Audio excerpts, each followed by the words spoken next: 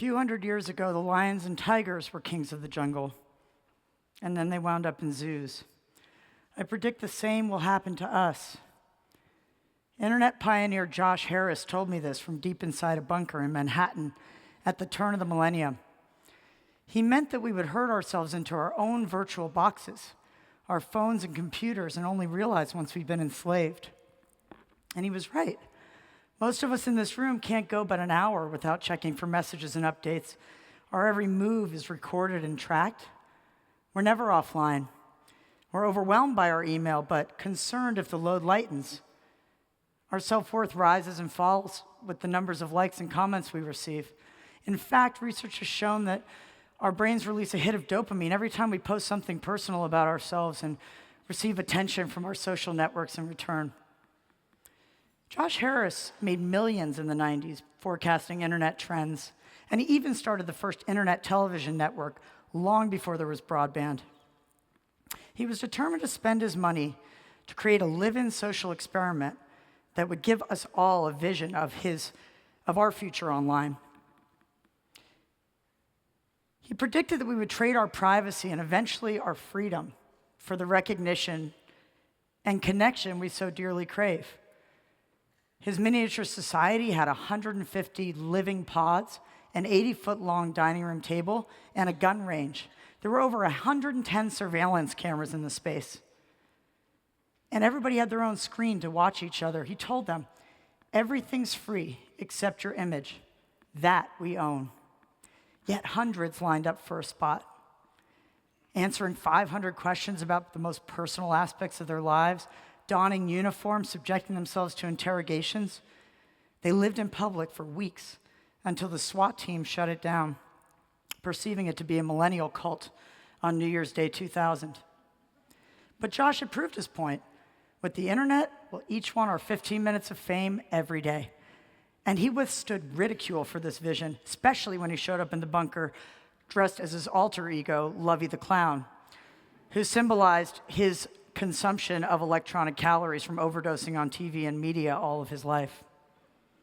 10 years later, as Facebook soared in popularity and we were posting what we had for breakfast online, it became clear that the bunker had come true. We've always been interested in watching each other. From painting on cave walls to peeking over our neighbor's fence, we're fascinated by each other. We want our lives to matter, and we're desperately uncomfortable with the notion that it might all be meaningless. So we seek to be remembered long before we're gone. We Live in Public is really a warning shot across the bow of the future, and it's a horror film starring all of us. Scarier now that it's come true than when it was mere prophecy but 5 years ago. But there's an alternative to this kind of self-destructive creativity. And for the first time ever, almost all of us have access to it. We each have moments when we see something that could be done better or differently, and we either go out there and step out of line and pursue that, or more likely, we consider the consequences and stay the course. Meanwhile, we post a pretty picture with a preset filter and enjoy praise from the web. But this might be a distraction, a temporary feeling of importance that needs to be constantly maintained and only delays us from making our real contribution. For me, the camera's been a bridge into worlds I could never otherwise enter. From prisons to army barracks, from mad rock and roll escapades to climatology labs, and even deep inside a cult. It's given me permission to enter and ask questions. And with a camera in my hand, I find people answer them. Renoir says, every director makes the same film again and again. And when I first heard that, I thought, gosh, how boring. Hope I don't do that. And then now looking back, I realize actually I kind of do, and most of us do. We track some kind of human aspect of human behavior across all of our work. For me, that's meant looking at what people will give up to have their lives matter. But at the center of every world I explore, there's always someone who can't help but do what they do, and they do it against all odds. Their lives inherently matter because they envision something greater than themselves, which they're determined to make real. I call these people impossible visionaries because they've all been told that what they're trying to do is impossible, and they frustrate the people around them with their impossible behavior as they plow forward anyway. 10 years after I stood in that bunker, it was clear that the same technology that allowed us to expose every corner of our lives and create self-serving avatars online was also removing all financial, geographic, and cultural boundaries. It was allowing us to solve real problems faster and more efficiently than ever before. So I thought, if we could track this impossible gene across my subjects, maybe we could cultivate these trailblazing traits in ourselves to seize upon this special moment in time. All of my subjects can be loved or loathed, depending on the part of the film you're watching, but you can't help but respect their courage and determination. They may be called geniuses or insane, or both, but they all share a commitment to realizing their vision no matter what consequences they might suffer, and suffer they do. Not one of them has come out unscathed, because they're trying to do something that's never been done before, or they're breaking the rules of how it's done. So no matter how many fans they have, they can't help but remain outsiders. Josh Harris was right when he pictured our vision online, but he lost everything for it. His girlfriend, his money, and even his sanity for a while. Yet he stands by his choices with no regrets, maintaining that every step of the journey informs what he's about to do next. Amanda Palmer had a record-breaking Kickstarter by using the unprecedented power in her pocket, that computing power, and a vast social network to innovate an economy of art making that was brand new, with rewards like house parties that went all night and painting sessions, yet all the while she was lambasted continuously because she operates outside the system and threatens the power structure and those who stand to benefit from it. She tells me, I get a lot of hate. Sometimes it gets to be too much, and I collapse. I cry, and I shake my fist at God. But then I get up again and do something productive. Anton Newcomb, the lead singer of the Brian Jonestown Massacre and the star of my film Dig, defied the system from how he wrote his songs to how he put them out. When I met him, he was facing an industry showcase and a record deal, which he ultimately destroyed. I am the letter writer, and they are the postmen, he told me. He prided himself from operating outside the system, recording record after record for less than the price of a case of beer, and then put those songs online before anybody thought of it. Anton was uncomfortable with being comfortable. He needed to ride that line between genius and madness to record the vast and respected catalog of music he's known for today. Bjorn Lundberg is an economist. Yes, that's right, economist. He realized we're not doing anything about climate change, partially because we're paralyzed by a feeling of fear and futility, but also because of a political logjam that's left a single solution so economically unfavorable, no one will pass it. So for 25 years, we leave conferences around the world with no agreement while facing a future for our children that grows hotter by the minute. Lundberg, while I was filming him, was called names, had a pie thrown in his face, and was kicked out of offices because he refuses to surrender to adversity. He stands by and fights for what he believes, that utilizing technology and testing less expensive, experimental, yet logical solutions is the only way to fight climate change. While filming Cool It, we were equally inspired by his cohorts, other impossible visionaries like Stephen Salter, who invented wave energy and also developed a way for us to shoot salt at the clouds to brighten them and reduce the temperatures, and Jonathan Trent, who grows algae underneath the water that traps the carbon down there while creating food and fuel. For 3 years since, my team has amassed the stories of some of the greatest thought leaders and doers in the world today, from the perspective of their passionate beginnings on, so we might recognize ourselves in the narrative. All of these people see a problem and they try to solve it. We've documented hundreds of them, and we're not done yet. In fact, yesterday in the lobby, I was interviewing Larry Lessig, who you're about to see. The Total Disruption is an ongoing empowerment network, and we share our stories as we go. As Mike mentioned, it's a constantly releasing documentary, which in and of itself is disruptively forging a new model for documentary filmmaking. Haven't we all driven by a building, an abandoned building, and imagined what it could be? Maybe we picture a school or a restaurant or a dance studio. And then the light changes and we drive on. We think to ourselves, how could I ever do that? That's impossible.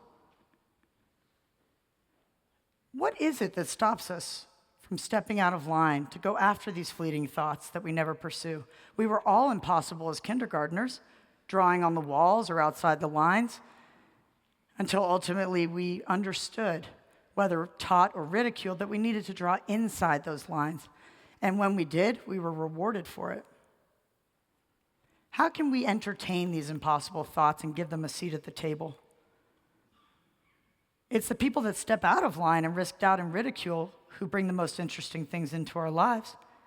They see opportunity where others see impossibility. They risk the doubt and the ridicule. How can we do this?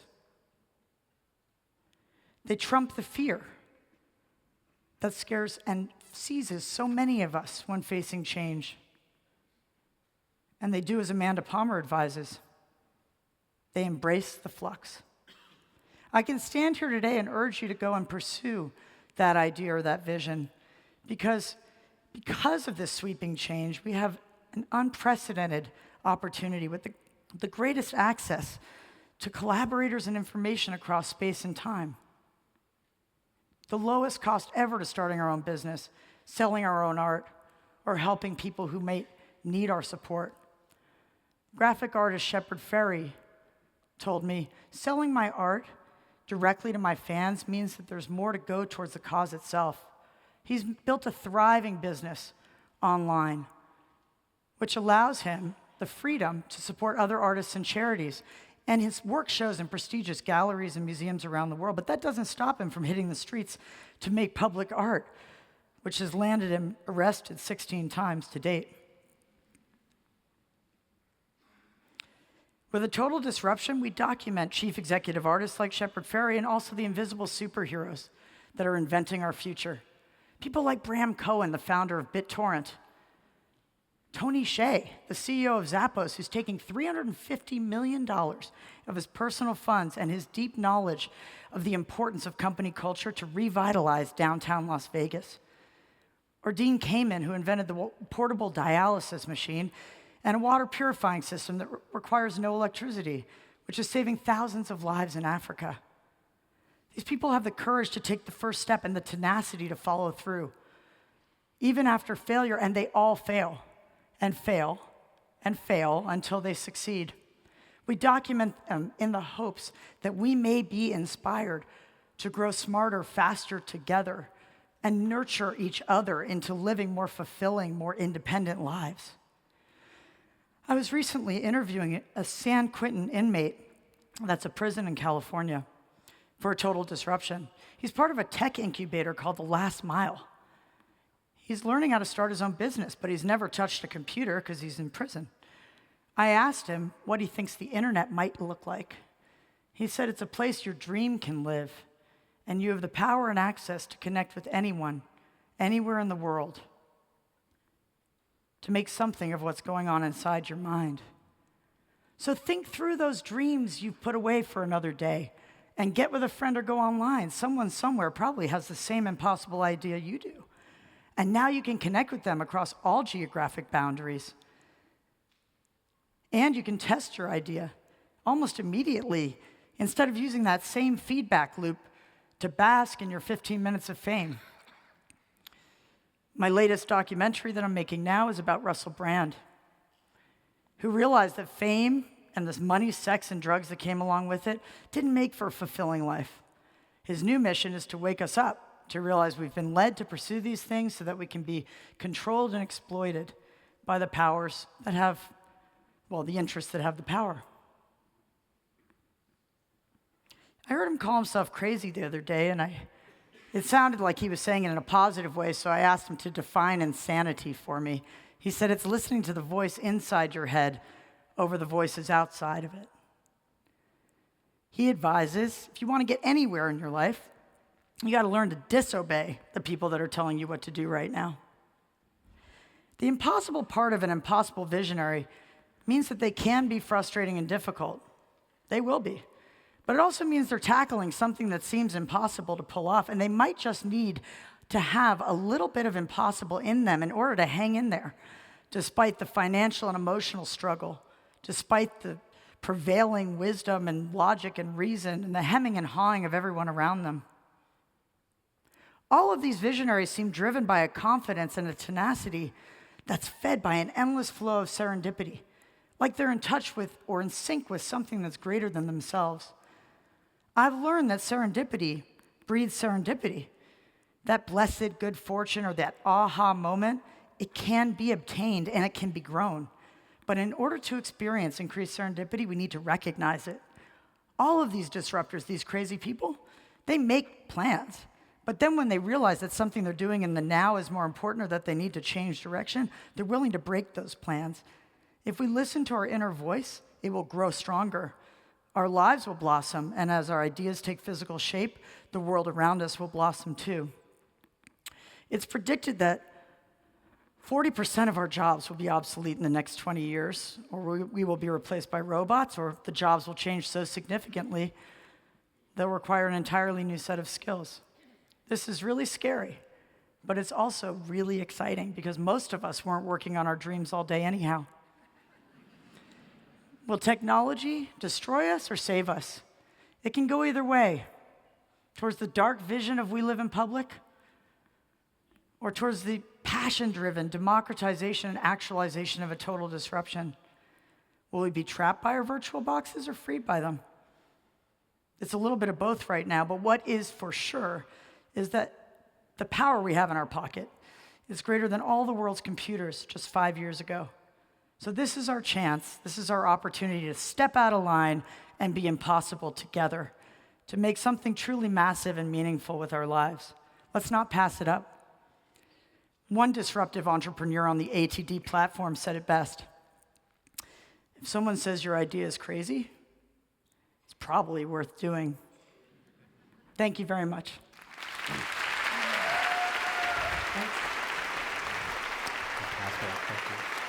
Thank you.